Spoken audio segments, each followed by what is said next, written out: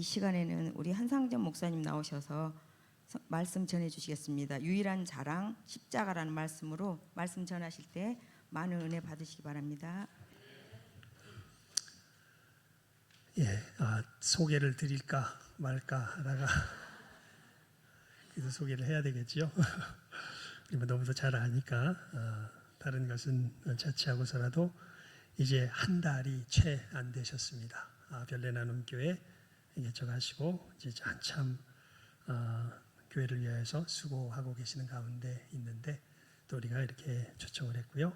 또 우리 목사님 전도사님이셨는데 우리 교회에서 우리 목사님 나오셔서 말씀 증거해 주시겠습니다.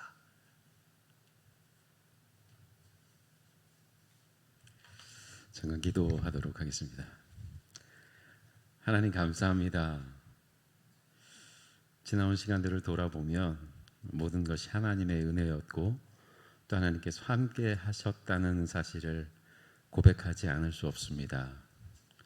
오늘도 하나님의 사랑하시는 성도들이 함께 모여 특별히 오늘 에스더 여전도에 헌신하며 하나님 앞에 예배드리오니 하나님 예배를 통하여서 우리 안에 거룩한 결단이 있게 하시고 주의 온전한 성도로 살아가겠노라 마음에 다짐하는 귀한 시간 될 수 있도록 주여 함께하여 주시옵소서.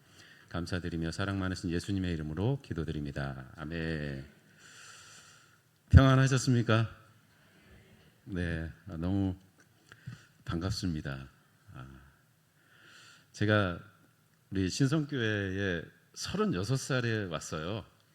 2006년이니까요. 2006년도에 제가 신성교회 처음 와서 횟수로 7년 있었더라고요. 그러면서 하나님의 은혜를 정말 많이 체험을 했고요. 또 제가 신성교회에서 얻은 가장 큰 축복은 이제 우리 존경하는, 제가 정말 입에 발린 소리가 아니고요, 존경하는 김한성 목사님 만난 게 제 목회에 있어서는 너무나 큰 그런 축복이었고, 또 하나는 뭐냐면 한 영혼에 대한 하나님의 마음을 제가 알게 된 거예요. 어떻게 알게 됐냐면 좀 어려웠잖아요, 그때 상황이. 그런 상황 속에서 제가 유초등부를 맡고 있었어요. 유초등부를 맡고 있었는데 어려움이 있다 보니까 이제 젊은 엄마들이 한 분, 두 분 빠져나가기 시작하더라고요. 그래서 어느 순간이 됐는데 그때 뭐 그래도 우리 유초등부가 한 25명 정도는 있었거든요. 근데 한 명, 두 명 주일마다 사라지기 시작하더라고요. 근데 어느 순간 이제 제가 예배 준비를 다 해놓고 눈을 떠서 이제 앞에를 딱 보니까 이 앞에 2명이 앉아 있는 거예요. 2명이. 예배 시간이 다 됐는데 2명 앉아 있어요. 그래서 제가 속으로 뭐라고 넋두리 비슷한 말을 했냐면, 하나님 2명 남았습니다. 그렇게 제가 속으로 했거든요. 근데 우리 주님께서 그냥 제가 한 소리가 아닌 것 같아요. 주님께서 뭘 알게 하시냐면, 너 지금 머리숱 세고 있니? 내가 저 한 영혼을 위해서 십자가 진 거야. 그걸 깨닫게 하셨어요. 그래서 그때 제가 굉장히 많이 울었던 기억이 납니다. 눈물 흘리면서 하나님, 그렇군요. 저 한 영혼을 위해서 주님 십자가 지셨는데 제가 그 영혼을 바라보지 않고 머리숱 세고 있었네요. 주님 잘못했습니다. 그렇게 회개하고 그 뒤로 제가 사역을 하면서, 저는 아이들 뭐 많고 적고 그것을 떠나서 일단 아이들이 오면 너무 예쁘잖아요. 오늘 우리 유초등부 친구들 앞에서 율동하는데 제가 뒤에서 보고 깜짝 놀랐어요. 제가 뭐 사역을 지금까지 좀 이렇게 전도사 때부터 해서 부목사로 사역을 많이 해봤지만 정말 찬양하는데 신나서 찬양하는 거예요. 네. 그냥 선생님이 시켜가지고 어쩔 수 없이 끌려와서 하는 게 아니라 너무 신나게 찬양하는 모습을 보면서 우리 신성교회 다음 세대, 특별히 올 여름 성경학교 또 수련회는 하나님의 은혜가 넘치겠구나, 그런 소망을 가지게 됩니다. 우리의 다음 세대가 살아야, 우리 다음 세대가 살아야 돼요. 우리의 다음 세대가 다른 세대가 되잖아요. 그러면 그 교회는 소망이 없습니다.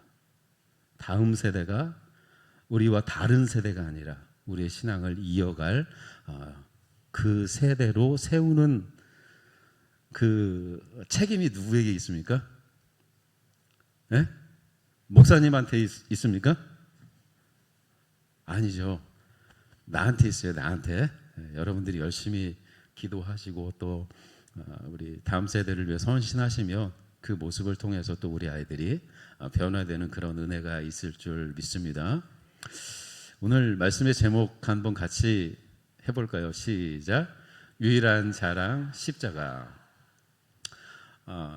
목사님께서 이제 저에게 우리 개척 예배 드리는 그날 목사님께서 저에게 에스더 헌신 예배가 있는데 설교를 좀 해달라고 말씀을 전해달라고 부탁을 하셨어요. 그때가 이제 6월 22일이거든요. 막 성경을 막 보면서 무슨 말씀을 전해야 하지? 감히 제가 김한선 목사님 앞에서 설교를 해야 되는데 도대체 무슨 말씀을 해야 할까 하면서 고민하면서 말씀을 막 보던 차에 그래 십자가면 되지 이런 마음이 들더라고요. 그래서 오늘 본문을 중심으로 해서 말씀을 좀 전해 보려고 합니다. 여러분 혹시 자랑이라는 말이 무슨 사전적인 의미가 있는지 아세요? 자랑. 우리 자랑 많이 하잖아요. 자랑이라는 사전적인 의미가 이렇더라고요. 자기 자신이나 자신과 관계가 깊은 사람이나 사물에 관한 일에 대해 훌륭하거나 대단하거나 좋은 것을 드러내 말하는 것이 바로 자랑이라고 그렇게 사전에서 정의를 하고 있더라고요. 우리가 그리스도인이지요. 네, 그리스도인이라는 말은 주님의 그 십자가의 길을 따라가겠다고 결단한 사람입니다. 아멘. 네, 뭐 제가 강조하지 않아도 우리 김한성 목사님 원체 복음에 대해서 십자가에 대해서 강조하시는 것을 제가 너무 잘 알고 있기 때문에 아마 이 말씀도 여러 번 들으셨을 것 같아요. 그러나 하나님께서 오늘 말씀을 통해서 저는 좀 제 삶 속에서 역사하셨던 그 주님을 좀 자랑하고 싶습니다. 제가 이 별내 나눔교회를 개척하기 전에 안산이라는 곳에 갔어요. 안산에 갔는데 안산에서 제가 3년을 사역을 했거든요. 그때가 2019년도인데요. 아는 목사님이 이제 저와 제 아내에게 교회가 분립 개척해서 나왔는데 뭐 그냥 몇 명 안 되는 분립 개척이 아니라 한 200여 명이 분립 개척을 해서 나왔는데 교육부서를 좀 세워달라 그렇게 말씀을 하셨어요. 그래서 그 요청을 받고 사실 고민했죠. 왜냐하면 이미 저는 이제 별내에서 터를 잡았고 또 살 집도 30년 동안 살 집이 이미 저에게 주어져 있었기 때문에 안산으로 간다는 거 이제 그거 놓고 가는 거였거든요. 쉽지 않은 결정이었는데 하나님께서 또 결단하게 하셔서 안산에 갔습니다. 그런데 공교롭게 그때가 어떤 때였습니까? 그렇죠. 코로나였죠. 코로나에서 교육부서를 세우러 갔는데 애들을 만날 수가 없어요. 뭐 만나서 예배를 드릴 수가 있습니까? 아니면 뭐 만나서 뭐 아이들하고 교제를 나눌 수 있습니까? 아무것도 할 수가 없는 거예요. 그래서 그냥 한 1년 가까이는 아이들하고 그냥 영상으로만 그렇게 예배를 드렸던 것 같아요. 영상으로 예배를 드리고 인원이 좀 이제 풀어져서 만날 수 있는 그런 상황이 됐을 때 아이들을 만났는데요. 이제 전화해가지고 한 사람씩 만나서 밥만 먹었어요. 아이들하고 밥을 먹었어요. 그리고 밥 먹으면서 야, 너 이제 교회 좀 나와야 되지 않겠니? 이렇게 얘기한 게 아니라 그냥 밥만 먹었어요. 밥 먹고 일상적인 이야기하고 그렇게 아이들을 만나고 나서 이제 조금 상황이 좀 좋아졌어요. 더 좋아져서 예배를 드릴 수 있는 상황이 됐습니다. 그래서 광고를 합니다. 이제 한 3주 전부터 이제 청년부 또 중고등부, 중고등부는 이제 집합 예배는 시작을 했어요. 몇 명 안 됐지만 청년부 아이들에게 이제 공지를 했죠. 우리 청년부도 모여서 예배 드립니다 하고 이제 첫 예배를 딱 드리려고 시작을 딱 했습니다. 몇 명 왔을까요? 2명. 한 명도 안 왔어요. 한 명도 안 오고 제가 찬양하고 아내 옆에서 이제 같이 찬양하고 영상으로 예배를 그렇게 한 3주 드렸나요? 저 뒤에 3명이 앉아 있어요. 3명이 앉아 있는데 청년이 아니에요. 청년이. 애들 엄마 아빠. 청년들 엄마 아빠가 뒤에 앉아 있어요. 애들이 와야 되는데 애들은 안 오니까 저한테 미안해 가지고 애들 대신에 엄마 아빠가 와서 앉아 있습니다. 3명이 앉아 있고 그리고 한 2주 지났나요? 한 명이 왔어요. 청년이. 그때는 청년이 한 명 왔고 그러고 나서 조금 있다가 또 한 명 왔는데 제가 물어봤어요. 너 왜 왔니? 그랬더니 그냥 청년부 예배가 어떤지 그냥 보려고 왔대요. 보려고 와서 보니까 상황이 너무 심각한 거예요. 청년이라고는 한 명 있고 어른들 2-3명 앉아 있고 그러니까 야 이거 예배 드려야 되겠다 싶어가지고 그 친구가 또 나오기 시작합니다.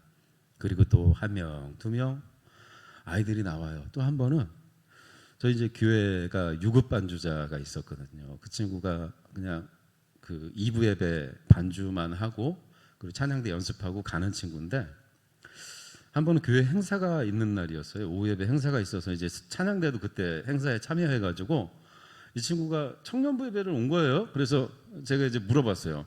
오늘 행사 때문에 청년부 예배 그냥 시간 때우려고 이 소리는 안 했습니다. 그냥 오신 거죠? 그랬더니 아니래요. 예배에 참여하겠대요. 그래서 그 다음 주부터 이 친구가 계속 예배에 참여를 합니다. 근데 저 혼자 기타 치면서 그렇게 찬양을 했거든요. 근데 이제 이 친구 반주자인데 반주를 계속 했는데 또 청년부 예배 때 반주를 하라고 부탁하기가 너무 미안한 겁니다. 그래서 제가 아무 말도 안 했어요. 그냥 예배만 드리고 그리고 교제하고 이런 식으로 한 3주쯤 지났나요? 근데 이 친구가 저한테 얘기합니다. 목사님, 제가 혹시 반주해도 될까요? 그렇게 저한테 얘기를 하더라고요. 그래서 그러면 너무 고맙다고. 그래서 반주자가 세워지고 그렇게 한 주 지나면서 아이들이 말씀을 통해서 또 그들 안에 있었던 그러니까 그 친구들이 어떤 친구들이냐면 예전에 있던 그 분립해 나온 그 교회에서는 아웃사이더 같은 친구들이에요.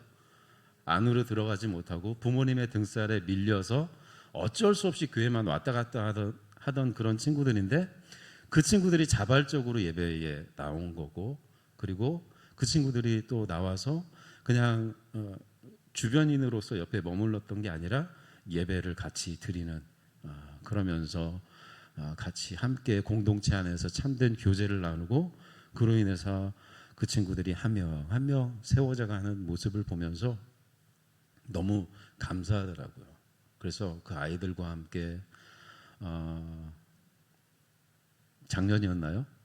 작년에 수련회를 갔지요. 수련회를 가서 아이들과 너무 참 1박 2일의 짧은 시간이었는데 너무 감사하고 너무 행복한 그런 수련회를 하고 왔습니다. 그리고 그 안산에서 물론 이제 힘든 일도 많이 있었죠. 힘든 일도 많이 있었는데 그 하나님께서 어떻게 그 제 사역 가운데 역사하셨는지 물론 지금까지 뭐 성도님들 마찬가지고 그때는 잘 모르는데 지나서 뒤돌아보면 모든 것이 다 하나님의 은혜였구나라는 것을 깨닫게 되지요. 그랬던 것처럼 저도 마찬가지로 그때 순간순간의 상황들은 좀 어렵고 힘든 상황들이 있었지만 그 안에서 역사하시고 그 안에서 나와 함께 하시고 또 그 안에서 한 사람의 그리스도인을 세우기 위한 하나님의 역사는 계속되고 있었던 겁니다. 그래서 안산에서의 사역을 마무리하고 요청해 주신 바와 같이 이제 아내는 영유아부 사역을 했고요. 저는 이제 중고등부하고 청년부 사역을 하면서 전혀 모이지 않던 그런 교육부서들이 세워졌어요. 세워지고 교사도 세우고 또 그렇게 세워서 이제 뭐 누가 와도 교육부서는 별 문제가 없겠다 그런 상황이 되어서 이제 저는 다시 별내로 왔습니다. 별내로 와서 이제 개척을 마음 먹었어요. 제가 개척을 마음 먹고 교회를 개척을 해야 되는데 너무 막막한 거예요. 일단 개척하려면 뭐 옛날에는 그냥 뭐 깃발만 꽂고 그냥 텐트만 하나 쳐놓고 교회 이름만 붙여놓으면 사람들이 왔는데 지금은 안 그렇잖아요. 교회를 찾으려고 장소를 막 돌아다닙니다. 별내를 제가 2월 달에 이사 와가지고 그 지역을 수도 없이 돌아다녔어요. 교회 할 만한 자리가 있나 아무리 찾아도 마땅한 장소가 없어요. 그래서 이제 뭐 아는 사람 통해서 상계동 쪽도 가보고 막 여러 곳을 돌아다녀 봤는데 할 만한 장소가 없습니다. 그래서 하나님 어떻게 할까요? 참 그런 답답한 마음 가운데 있을 때 하나님께서 그 부동산 사장님을 이제 저희 집을 소개시켜준 부동산 사장님인데 그 사장님이 이제 지금 저희 별내나눔교회 자리를 보여주셨어요. 그래서 딱 봤는데 저희 교회 와 보신 분들은 아시겠지만 공간이 좁아요. 31평인데 뭐 오죽하겠습니까? 좁은데 공간이 너무 아기자기하게 잘 꾸며져 있고요. 조명도 아주 밝고 아주 산뜻합니다. 그래서 하나님 여기군요 하고 교회를 이제 그쪽에 계약을 하고 시작을 하는데요. 제가 돈이 있습니까? 교회 개척하려면 개척한다고 하니까 돈이 일단 있어야 될 거 아니에요? 그렇죠? 개척해서 들어가려면 인테리어를 해야 되잖아요. 근데 인테리어는 하나님이 다 해주셨어요. 이미. 네. 그리고 하나부터 열까지 하다못해 숟가락까지. 숟가락은 누가 주셨냐면요. 그 중고 주방 사장님이 제 개척교회 한다고 그러니까 눈시울이 아주 붉어지셔가지고 그 공릉교회인가 그쪽에 다니신다고 그러더라고요. 그분이 숟가락하고 젓가락 갖다 주셨어요. 새 거를. 그러니까 하나님께서는 그렇게 아주 세심하게 모든 상황들을 다 준비해 놓고 저는 제 그 영상 나눔교회 개척 예배 영상을 하면서 아내가 여보 이거 제목 뭐로 할 거야? 그렇게 묻더라고요. 그래서 제가 잠깐 고민하다가 저는 한 게 아무것도 없더라고요. 그래서 하나님께서 다 하셨습니다. 이렇게 이제 영상 제목을 만들어서 그렇게 올리게 됐는데요. 정말 하나님께서 다 하셨습니다. 제가 말씀을 준비하면서 정말 하나님께서 다 하셨구나. 사도 바울이라는 사람은 우리는 너무 잘 알고 있습니다. 또 많은 그리스도인들이 사도 바울과 같은 그런 삶을 여러분 원하십니까?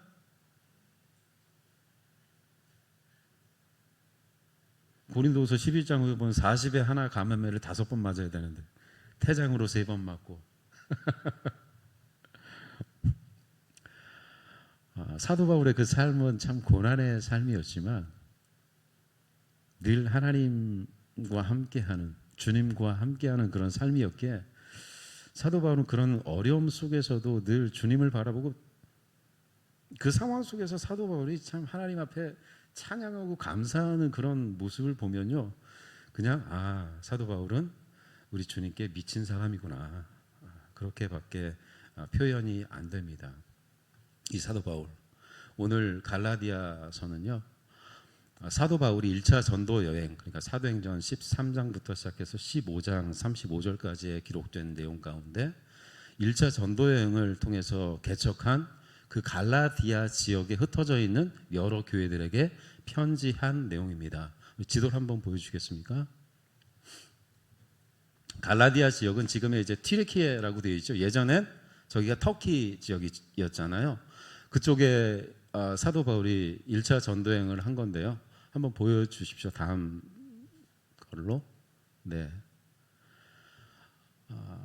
지금 사도 바울이 1차 전도여행을 통해서 갈라디아 여러 지역에 돌아다니면서 복음을 전했어요. 비시디아, 안디옥, 이고니온, 루스드라, 더베 이쪽으로 가서 이제 사도 바울이 복음을 쭉 전하는데, 이 과정 가운데 루스드라라는 곳에서 복음을 전할 때입니다. 사도 바울이 그쪽에 가서 나면서부터 다리를 제대로 쓰지 못하는 사람을 만났는데, 그때 이제 바나바와 함께 사역을 했거든요. 가서 그 다리를 쓰지 못하는 사람을 고쳐준 거예요.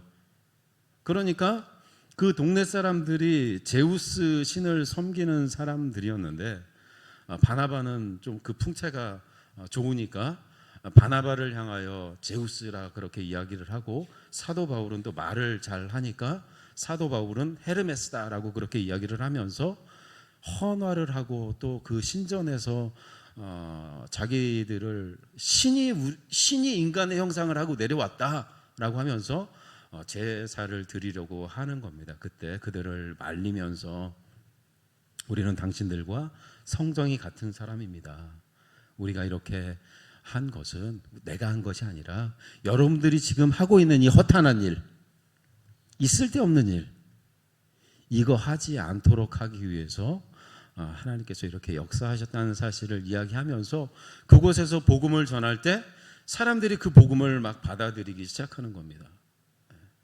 그때 그 비시디아 안디옥하고 이 이고니온에서 온 유대주의자들이 이 루스드라에 와가지고 바울과 바나바, 특별히 이제 바울에 대해서 이들은 우리가 받지 못할 이상한 괴상한 논리로 전한다라고 이야기를 하면서 그들을 선동하지요.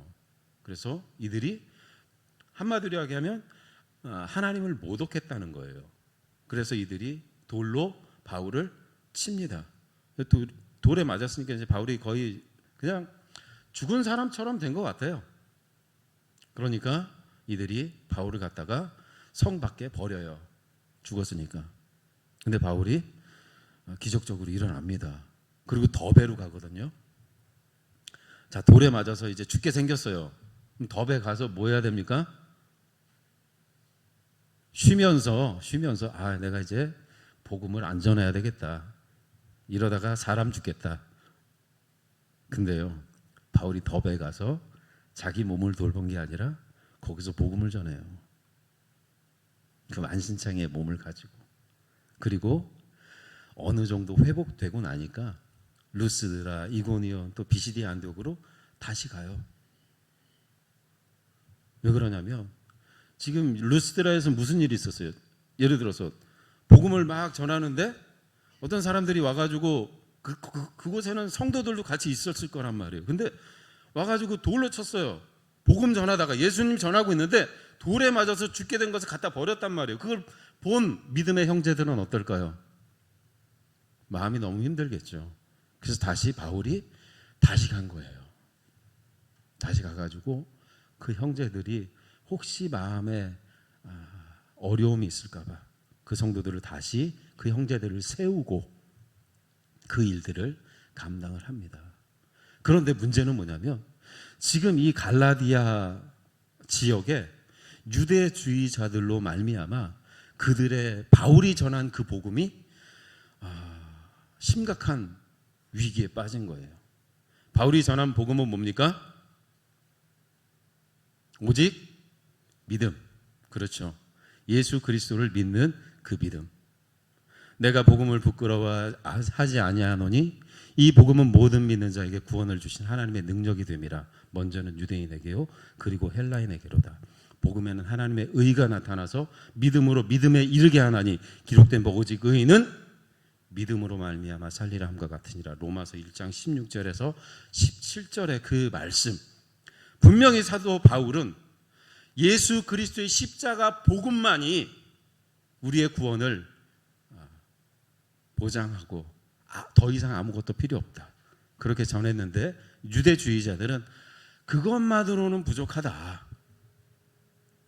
하나님께서 시내산에서 모세에게 주신 율법을 지키고 또 아브라함과 언약하시면서 창세기 17장에서 언약 백성은 반드시 행해야 한다고 했던 그 할례를 행해야만 구원받을 수 있다. 완전한 구원을 이룰 수 있다라고 그렇게 그들을 설득한 거예요. 이 말을 들은 갈라디아 지역의 성도들이 바울이 전한 오직 예수 그리스도가 아니라 율법으로 하나둘씩 넘어가게 된 겁니다. 그래서 사도 바울이 갈라디아서를 시작하면서 그래요. 내가 전한 복음이 있는데 어떻게 너희들이 그 복음을 듣고 그렇게 쉽게 그 복음을 떠날 수 있느냐? 나는 이해할 수가 없다라고 이야기를 하면서 우리가 전한 그 복음 외에 다른 복음을 전하는 누군가가 있다면 그가 하늘로부터 온 천사라도 저주를 받기를 원한다라고 그렇게 아주 강력하게 이야기했던 그 이유가 바로 거기 있는 거죠. 사랑하는 성도 여러분, 그리스도인, 특별히 오늘 에스더 여전도회 헌신 예배를 드리고 있는데요. 우리 모두는 그리스도의 일꾼입니다. 아멘. 여러분, 그리스도의 일꾼에게 가장 중요한 게 뭘까요? 가장 중요한 게 뭘까요? 뭐 열심히 헌신하고 봉사하고 충성하고 열심히 있는 것 좋지요. 네, 열심히 있는 것 좋지요. 그런데요, 그 열심의 가장 밑바닥을 한번 봐야 돼요. 무엇을 위해서 내가 열심히 하고 있느냐? 왜 막 일 열심히 하다가 어느 순간 시험에 드는 그런 성도들 있죠.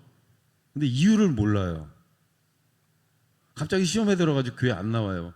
왜 그러냐? 그럼 시험에 들었대요. 근데 이유를 모르겠어요. 뭐 그 본인이 제일 잘 알겠지만, 여러분, 우리의 열심은 나의 어떠함이 아니잖아요. 그렇죠? 나의 어떠함으로 인해서 우리가 교회 일을 감당하면 반드시 넘어지게 돼 있어요. 그러나 나의 어떠함이 아니라 사도 바울과 같이 오직 예수 그리스도의 그 십자가이네. 여러분, 우리가 얼마나 무가치한 존재였습니까? 주님께서 우리를 구원하시지 않으셨다면 우리는 여전히 그 무가치함 가운데 영원한 저 멸망으로 내려갈 수밖에 없는 그런 비참한 존재들이었단 말이에요. 그런 우리를, 그런 나를 주님께서 구원하셨잖아요. 영원한 지옥의 권세에서 우리를 천국을 소망할 수 있는 존재로 변화시켜 주셨단 말이에요. 그 일이 어디에서 일어났습니까? 그렇죠. 십자가에서 일어났죠. 따라서 우리 그리스도인들의 헌신과 봉사와 삶의 힘은 어디에서 있어야 합니까? 오직 예수 그리스도의 십자가, 이 복음에서만 비롯될 때, 복음에서 비롯될 때 우리가 아무리 열심히 해도 우리를 드러낼 수 없는 거죠. 왜 그렇습니까? 나는 그저 주님의 도구일 뿐이에요. 주님의 일의 도구일 뿐이지 막대기가 왜 나를 이렇게 더럽게 쓰냐고 얘기할 수 있습니까? 없지요. 우리는 늘 주님의 일꾼으로서 주님 쓰시기에 좋은 그릇 돼야 되는 게 아니라 주님이 쓰시는 그릇은 금그릇, 은그릇 아니에요. 여러분, 금그릇, 은그릇 되려고 하지 마세요. 깨끗한 그릇 돼야 돼요. 깨끗한 그릇. 사랑하는 우리 에스더 여전도회 회원님들, 깨끗한 그릇 되시기를 축복합니다. 네, 그래서 주님 쓰시고 싶을 때 아무 때나 가져다 쓰시는 그런 그릇으로 사용되십시오. 아무 때나 아무 곳에나. 네. 그게 우리의 축복이에요. 그리스도인의 축복. 주님의 나라를 위해서 우리가 쓰임 받는 것만큼 귀한 일이 어디 있겠습니까? 사도 바울이 사도행전 9장에 그가 예수 그리스도를 믿는 자들을 핍박하러 가던 그 순간 알았겠습니까? 다메섹 도상에서 주님이 자기를 만나 주실지, 전혀 예상치도 못한 그 순간 주님을 만났고 그 후로 그의 삶이 변화되어서 이방인을 위한 나의 그릇이라 칭함을 받고 그가 주 예수 그리스도의 복음을 증거하는 일을 마치려 하면은 자기의 생명조차 조금 더 귀한 것으로 여기지 않는 사람으로 바뀌어졌다는 거예요. 사랑하는 우리 성도 여러분, 우리의 삶의 주인이 누구십니까? 주님 맞습니까? 그냥 하는 소리가 아니라요.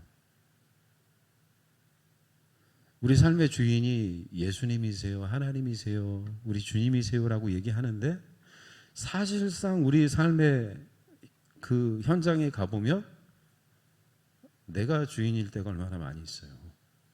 그렇죠? 우리가 주님의 구원받은 그 백성으로서 주님의 주님 되심을 인정하며 살도록 역사하는 힘이 바로 우리가 무엇을 자랑하며 살아가느냐 거기에 있다는 겁니다. 나의 어떠함을 드러내고 자랑하면 그것이 곧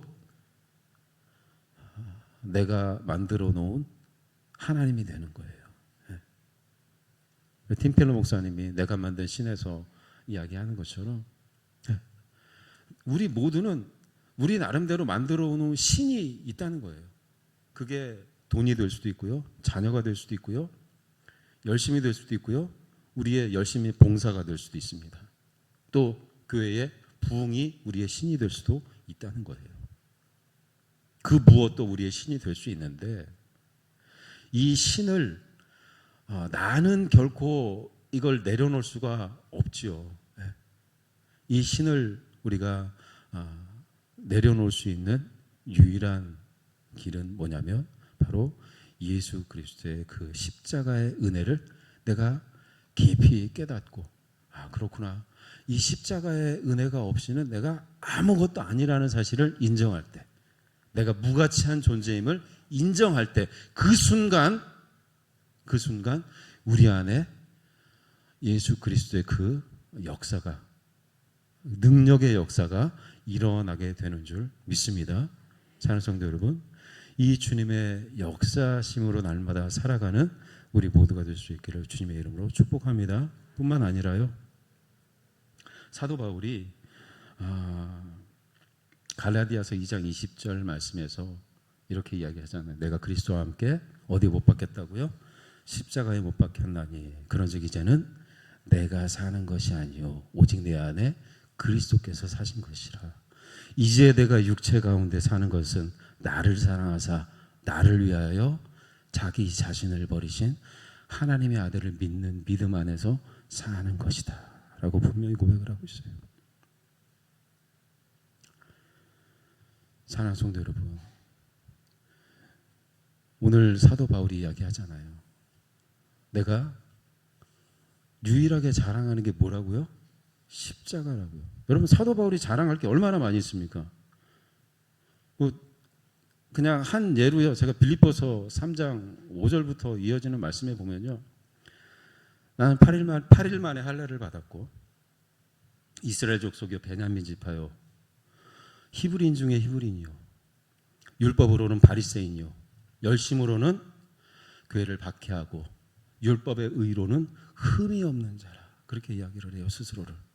그러나 내가 그리스도를 위하여서 이 모든 것을 해로 여기면, 해로 여길 뿐더러 또한 그 모든 것을 내가 잃어버리고 배설물로 여긴다고 그렇게 이야기를 해요. 그 이유는 그 사도 바울이 이 그리스도를 아는 지식이 가장 고상한 걸 깨달았기 때문이에요. 그래서 모든 걸 다 잃어버려도 괜찮다. 나는 단지 이제 그리스도를 얻고 그 안에서 발견되면 나는 그걸로 족한다라고 그렇게 고백을 하고 있습니다.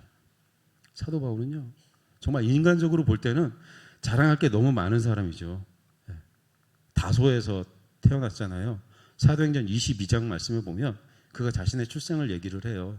나는 길리기아 다소에서 태어났다. 로마 시민권 가졌다는 얘기예요. 당시요 로마 시민권이 아니라 다소의 시민권만을 획득하는 데 필요한 돈이 500 데나리온? 그 당시 로마 화폐 단위가 똑같이, 그러니까 유대 화폐 단위로 똑같이 500 데나리온 정도 되었다고 그래요. 그러니까 이거는 2년치 2년치 수입에 해당하는 금액이에요. 그런데 사도 바울은 태어날 때부터 그렇다는 얘기예요. 뿐만 아니라 거기서 태어나서 예루살렘으로 율법 유학 왔잖아요. 그래서 가말리엘의 문화에서 율법의 교육을, 엄한 교육을 받은 사람이 바로 사도 바울입니다.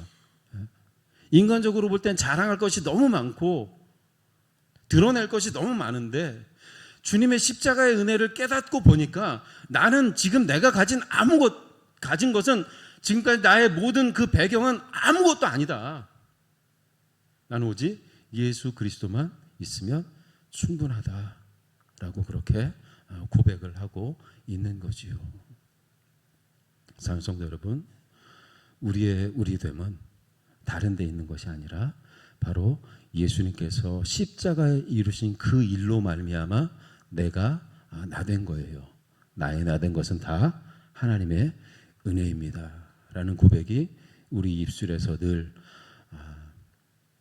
그냥 하는 말이 아니라 진짜로 하나님의 은혜지요 그냥 입버릇처럼 얘기하는 게 아니라 진짜로요.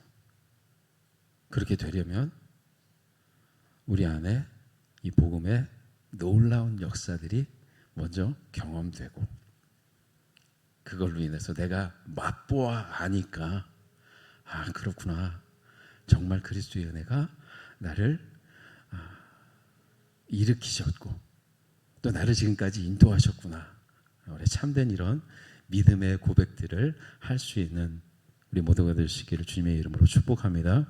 특별히 오늘 에스더 여전도에 하나님의 은혜 가운데 바르게 서셔서 정말 기도의 어머니 되시고요. 또 여러 일들을 섬기는데 주님 앞에 선하게 사용되는 그런 여전도에 되어서 우리 여전도 회원들을 통해서 아마 에스더와 같이 귀하게 주님 앞에 쓰임받는 그런 은혜가 있기를 주님의 이름으로 간절히 축원드립니다. 기도하겠습니다. 하나님 아버지 은혜와 사랑을 감사드립니다. 그저 나는 아무것도 아니지요. 제가 무엇을 할 수 있겠습니까? 또 무엇을 한들 그것이 나의 어떠함으로 말미암았다면 무슨 소용이 있을까요? 그러나 우리가 예수 그리스도의 그 십자가의 은혜를 분명히 깨닫고 또 그 주님의 복음을 내 마음에 받아 내 입술로 우리 주님을 주라 고백할 수 있다면 하나님 나의 모든 삶이 주님의 영광인 줄 믿습니다. 하나님께서 사랑하시는 우리 신성교회 붙들어 주시고 오늘 특별히 하나님 앞에 헌신하며 예배하는 우리 에스더 여전도회 위에 하나님께서 축복하셔서 아버지 하나님 분명히 주님의 그 큰 사랑과 그 십자가의 은혜로 말미암아 그 삶을 살아가게 하시고 앞으로의 모든 걸음걸음 주와 동행하는 그런 복된 걸음이 될 수 있도록 주여 축복하여 주시옵소서. 하나님께서 주의 몸된 교회를 친히 세우셨사오니 하나님께서 친히 인도하여 주실 것을 믿고 감사드리며 사랑 많으신 예수님의 이름으로 기도드립니다. 아멘. 감사합니다. 많은 은혜 받으실 줄 믿고 감사드립니다. 이 시간은 다 같이 봉헌하는 시간입니다. 봉헌 기도는 우리 홍계순 권사님 해주시고요.